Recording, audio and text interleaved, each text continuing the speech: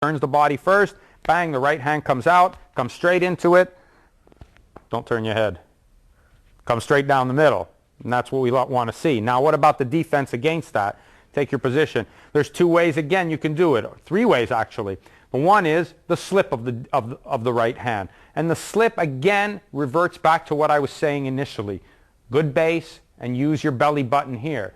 David, use your motion. Boom. This is where the right hand, David will be able to slip the shot. No, the other way. He'll be able to slip, or he'll be able to lean back from it. Boom. Now, a lot of times guys will tell you don't lean back from the right hand. Maybe, but if your range is good and you know what you're doing, it's not all that bad and it's not all that dangerous to do. Again, do it again. It's actually could be quite effective because David now wants me to throw the right hand at him. He's waiting for me to throw the right hand so that when I do, he can fire right back. So he basically baits me in and then fires it right back.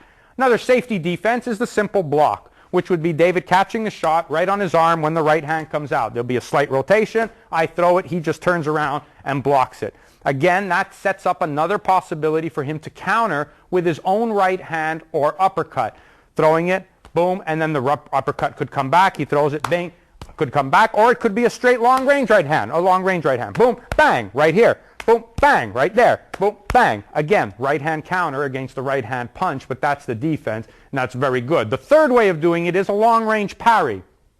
David, put your hands up, using your hands. I tell my fighters, use your hands. They're not only there to hold the gloves on, you've got to use them to measure. And one of the things you can do with this is to catch the right hand with your own left. Boom, right there. Just catch it, turn it off. Throw your right hand at me, David. Boom, just turn them out there. Turn them out there. Use your hands, turn them out there. Turn it out, send it out. Do it slowly. Catch it here. I want to catch it and turn them out. That's a parry. That you'll use from long range.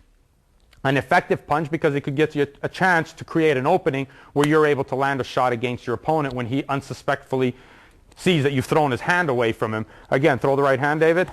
Boom. And then I can just pop David with a shot I need to pop him with. But that's primarily used from long range if you're lucky enough to have suckered a guy into throwing the right hand. From there, the left hook. Okay. Again, another difficult shot to block, but very effective when you use good defense and have good range. That catches, that catches, that catches, and this goes under. And it goes under, it blocks, and it goes under. No, block it, and under. Block it, and under. Block it, and under. Very effective again. You'll notice, though, the base of David doesn't change too much when he's doing that. The body is split in two. You've got your legs, which can work independently of the upper, and you've got the upper, which can work independently of the legs. So when blocking against the left hook, it's easy to just catch the shot because this is the position you're in anyways. You catch the shot, and you can just roll under it after that. You can catch the shot, roll under it. You can catch the shot, roll under it. Very effective. Another way of doing it is from long range. If, say, you're working with a guy behind the jab and the guy blocks your jab and throws a left hook, it's just simple to just catch the shot, boom. And then you can roll under it just in case he's going to double up on the hook. So it could be a case of bang, under, bang, under. Very safe to block that left hook. I don't think you have to worry about that, especially when it's against a guy who's reputed to have the left hook. You're pretty safe on just keeping that right hand high and taking away any chance of the left hook, of the guy landing the left hook. Same thing to the body. Bring it up underneath, roll under. Boom, and under. Boom, under. Up to the head. Now he catches it to the body. Bang. To the head, he blocks it. Boom, and catches it to the body. To the head, and boom, he catches it to the body. That'll be your primary defense against the left hook. From there, we've got the defense against the uppercut. The defense against the uppercut is a little trickier because often the uppercut is used when you're on the inside. And when you're on the inside, sometimes you get hit with shots you don't expect to get hit with. Right here, David's on the inside. He's going to try to line me up with that uppercut to my chin. Now, what I want to do is I want to catch him. I'm like this on the inside, throw the uppercut. I want to try to catch that shot right underneath. Boom. I want to catch it right there. Boom. And I'm going to use my own right hand to block his. Sometimes I can catch him with the left if I want to as well. It's a little more difficult. No, you throw your right one. There. Bring it up underneath. Boom. That's a little more difficult, but it's not dangerous because it actually, you throw the uppercut, you're stopping the hand that he can hit you with. So you're not exposing yourself to this side. So if you're on the inside working and guys are hitting you, boom, boom, and then he throws that uppercut on you, bang, you can catch that. You can catch that right there and then come over with your own left hook, or you can catch with the right hand and bring the left hook around.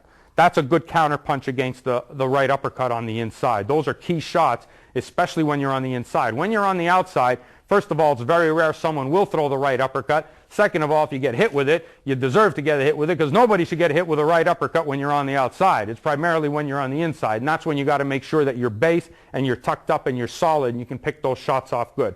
So to recap all this, you learn the punches, you've learned the basics. Again, I want to stress how important it is for you to have your stance. That's very, very, very important. I can't stress that enough. And to have your rhythmic movement when you're moving. That's vital. Again, your upper body should be independent. You want to be able to move, roll, use that whole range. David, take your position here. Use that whole range now. Drop your hands a second. Watch the range that David has. Warm up doing this.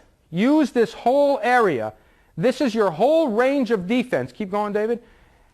This is your whole circumference and radius that you can use to protect yourself in. That's the area where you'll know how far you are away from your opponent, and you'll be able to keep him at bay by you slipping, moving your head, and yet you really don't have to compromise your stance or your feet, so you're able to throw good shots whenever you want to. So that's vital as well. Then we looked at the punches, the basic punches, the jabs, the right hand, left hook to the head, left hook to the body, and the uppercut, the 5 basic punches of boxing, and the right hand to the body as well. The defense, again, is pretty much basic and simple from your boxing stance. To review it again, the jab, he blocks the jab. There's the jab. Just block it. Boom, boom, boom, boom. Throws the jab at me. Throw the jab at me. Boom, boom, boom. We can also have him where you can slip the shot, throw the jab, boom, and you move, boom, and you move, boom, and you move. Slip to the outside, slip to the outside, slip to the outside, slip to the outside. Very basic. Again, those poses are not going to be, you're not going to be able to do that if you don't know your range. So that's why I said go back again. Know where your range is, know where he is, so that when you throw the shot, boom, you know right where you are, and you can come over with your own counter punches. So that was the defense against the left jab. Against the right hand, again, we just had the block, the block, the block. Now the slip, the slip, the slip, the slip, the slip. Again, very basic. Left hook, same thing. Boom, the block, now under, hoop, the block, and under, the block, and under, the block, and under. The right hand to the body was another one. You throw the right hand to the body, boom, just catch it on the elbow. Boom, catch it on the elbow. Catch it on the elbow. Or the parry. Or the parry. Just turn it around, knock him off balance a little bit by doing that, or just catch it on the elbow. He throws it, boom, you catch it on the elbow.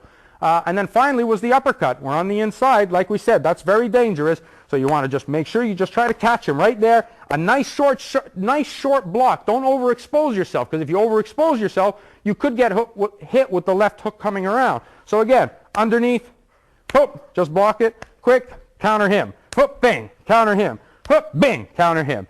And that's basically your offense and defense of the 5 basic punches in boxing. Folks, thanks for joining us. I hope you've really taken something from this video. I can't stress enough how important the stance and the base and foundation is for all of this.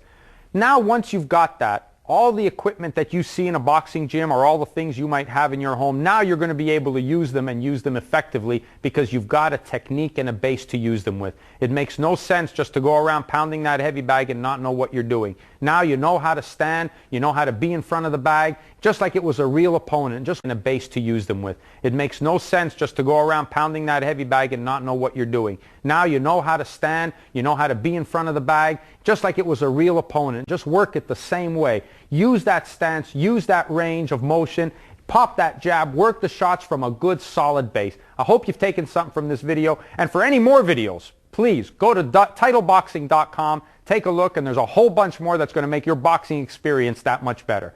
Train hard, keep your hands up. Title Boxing's